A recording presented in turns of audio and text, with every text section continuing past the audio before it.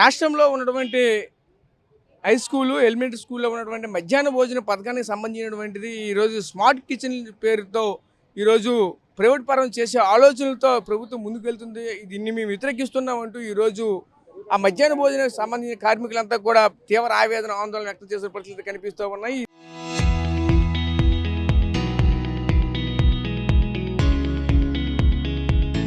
ఇదే క్రమంలో భారీగా ఒక ధర్నా కూడా చేస్తున్న పరిస్థితి కనిపిస్తుంది. అసలు ఏం జరిగింది ఏంటి వాళ్ళ మాట్లాడి తెలుసుకునే ప్రయత్నం చేద్దాం. చెప్పండి అమ్మా, ఎలా చూడాలి ఏంటి, ప్రభుత్వానికి ఏం చెప్పాలనుకుంటారు ఏంటి? ప్రభుత్వం ఈరోజు కొత్తగా ఈ స్మార్ట్ కిచెన్ సెంట్రల్ పేరుతో తీసుకుని వస్తున్నటువంటి ఈ వైఖరిని ఎలా చూడాలి ఏంటి? గత 25 సంవత్సరాల నుండి మధ్యాహ్న భోజన పథక కార్మికులు, డ్వాక్రా మహిళలు రాష్ట్రంలో 80,000 మంది పనిచేస్తున్నారు. మన జిల్లాలో కూడా 4,000 మంది పనిచేస్తున్నారు. ఈరోజు స్మార్ట్ కిచెన్లు చెప్పి ప్రైవేటు వాళ్ళకి ఇస్తే వీళ్ళందరూ ఉపాధి పోతుంది. మొత్తం వీళ్ళకి ఇస్తున్న 3,000 కూడా వీళ్ళకి వచ్చే పరిస్థితి ఉండదు, రోడ్ల మీద పడతారు.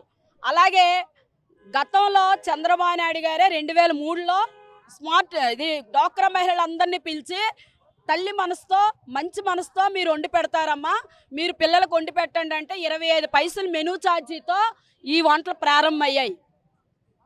అప్పటి నుండి ఇప్పటి వరకు బంగారాలు తాకట్టు పెట్టి, పుస్తులతాలు తాకట్టు పెట్టి 10 రూపాయలు వడ్డీకి తెచ్చి బిల్లులు రాకపోయినా, 6 నెలల బిల్లులు రాకపోయినా, జీతాలు రాకపోయినా వంట చేశారు. ఈరోజు డ్వాక్రా మహిళలని ఈరోజు మేము అందరము ఓట్లేసి చంద్రబాబు నాయుడిని గెలిపిస్తే డ్వాక్రా మహిళలందరికి ఇచ్చిన ప్రెజెంటేషన్ ఇదా? స్మార్ట్ కిచెన్లు చెప్పి 80,000 మంది ఉపాధిని తీసేస్తారా? ఇది ఎక్కడ న్యాయం చంద్రబాబు నాయుడు గారని మేము అడగదలుచుకున్నాం. అలాగే వేతనాలు 3,000 ఇస్తున్నారు, ఇది 10,000 చెయ్యాలి. మెనూ ఛార్జ్ 6 రూపాయలు, హై స్కూల్ పిల్లలకి 8 రూపాయలు ఇస్తున్నారు, ఇది 20 రూపాయలు చెయ్యాలి. ప్రమాద బీమా సౌకర్యం కల్పించాలి. గ్యాస్ చాలా ఇబ్బందుల్లో ఉంది, గ్యాస్ ప్రభుత్వం ఇవ్వాలి. లేకపోతే హై స్కూల్ పిల్లలకి 3,400 మందికి ఎలా వండి పెడతారు మహిళలు?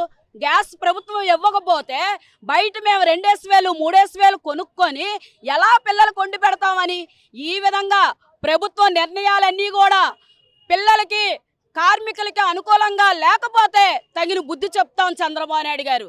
అలాగే బడ్జెట్ కేటాయింపులు పెంచండి, మెనూ ఛార్జీలు పెంచండి, జీతాలు పెంచండి, అలాగే ఇన్సూరెన్స్ కల్పించండి, తర్వాత రిటైర్మెంట్ బెనిఫిట్స్ ఇవ్వండి, 2 నెలలకు ఒకసారి ఎంఈఓ మీటింగ్ పెట్టండి, యూనిఫామ్ ఇవ్వండి, గుర్తింపు కార్డులు ఇవ్వండి, ఉద్యోగ భద్రత కల్పించండి. ఈ విధంగా మా డిమాండ్స్ పరిష్కారం అయితే సరే, లేకపోతే ఈ పోరాటం ఉధృతం చేస్తాం. పిల్లల తల్లిదండ్రుల్ని, ప్రజల్ని, ప్రజాసంఘ నాయకుల్ని అందరినీ కూడగట్టి పెద్ద ఎత్తున ఈ కేంద్ర రాష్ట్ర ప్రభుత్వ విధానాలకు వ్యతిరేకంగా పోరాటం చేస్తామని మీ ద్వారా కేంద్ర రాష్ట్ర ప్రభుత్వాలకి హెచ్చరిక చేస్తున్నాం. సుధారాణి, యూనియన్ జిల్లా ప్రధాన కార్యదర్శి, సిఐటియు జిల్లా ఉపాధ్యక్షురాలు. మీరు చెప్పండి అమ్మా, మీరు ఏ విధంగా ఇబ్బంది పడుతున్నారు? ఈ ప్రస్తుతం చూసుకుంటే స్మార్ట్ కిచెన్లు పెడితే మీరు ఏ విధంగా రానున్న రోజులు మీ పరిస్థితి ఏ విధంగా ఉండబోతుంది? మా కష్టాలు కూడా కొంచెం చంద్రబాబు నాయుడు గారు ఫలితం చేస్తారని మేము మరీ కోరుకుంటున్నాం. ఆయన పెట్టిన పథకమే మళ్ళీ వెనక్కి తీసుకుంటే మేము ఎంతో బాధగా, మేము ఎన్ని రోజుల నుంచి కష్టపడిన కష్టాలు మాకు మమ్మల్ని మళ్ళీ కష్టాలు పాలు చేసి గుర్తించినట్టు చేస్తున్నారు. మేము ఏదో వస్తుంది, ఎంతో కష్టపడుతున్నాం, ఏ రోజుకి ఏమవుద్దనేసి మేము ఎంతో కష్టపడి ఆశతో ముచ్చురు తెప్పుల్లో వాన పడినట్లు మేము చూసాం. ఈ రోజు మమ్మల్ని వెనక్కి తీసుకుని మా ఆశలని నిరాశలు చేసి మమ్మల్ని మోసం చేస్తామంటే చంద్రబాబు నాయుడు గారిని ఊరుకోం. మేము అదే అన్నం పెట్టి సో ఇంకా ఉన్నారు, వాళ్ళతో కూడా మాట్లాడే ప్రయత్నం చేయాలి. చెప్పండి ఎలా చూడాలి ఏంటి ఈరోజు స్మార్ట్ కిచెన్లో కనుక వస్తే మీ పరిస్థితి రాను ఎలా ఉండబోతుంది అంటారు ఏంటి? డ్వాక్రా మహిళలని చంద్రబాబు నాయుడు ఆ రోజు మధ్యాహ్న భోజనాన్ని తీసేద్దామని ప్లాన్ చేసి స్మార్ట్ కిచెన్ని తయారు చేస్తున్నారు. అలా అయితే పేద ప్రజలు, పేద మహిళలు వీళ్ళందరూ కలిసి ఎలా బతుకుతారని, 3,000 జీతం ఇస్తే ఎలా వస్తుందని, ఎక్కువ జీతం పెంచమంటే పెంచలేదు, మధ్యాహ్న భోజన బిల్లు సరిగా ఇవ్వట్లేదు, తర్వాత మరి గ్యాస్ సప్లై చేయకుండా గ్యాస్ పెట్టమని డిమాండ్ చేస్తున్నారు. దీనికి అంతటికీ మేము భరించలేక ఏం చేయాలని అర్థం కాక ఈ చంద్రబాబు నాయుడిని మేము కోరుతున్నాం.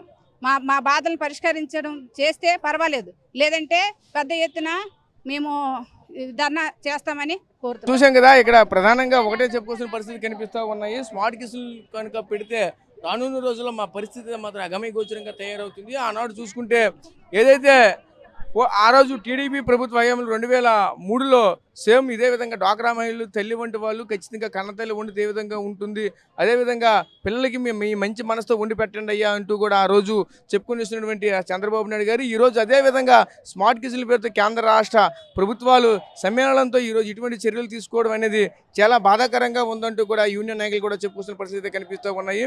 అదేవిధంగా మరోవైపు ఆ వంట చేస్తున్నటువంటి ఆ తల్లులు కూడా ఒకటే చెప్పుకొస్తున్నారు, రానున్న రోజుల్లో మేమైతే సుమారుగా మేమంతా కూడా రోడ్డును పడే అవకాశాలు కూడా కనిపిస్తున్నట్టు చెప్పుకొస్తున్నారు. సుమారుగా ఈరోజు 4000 మంది పైచీలకు ఈరోజు విజయనగరం జిల్లా వ్యాప్తంగా కూడా ఈ కార్మికులు అయితే ఉన్నారు. వీళ్ళందరూ పరిస్థితి కూడా దారుణంగా మారబోతుందంటూ కూడా చెప్పుకొస్తున్న పరిస్థితి కనిపిస్తున్నాయి.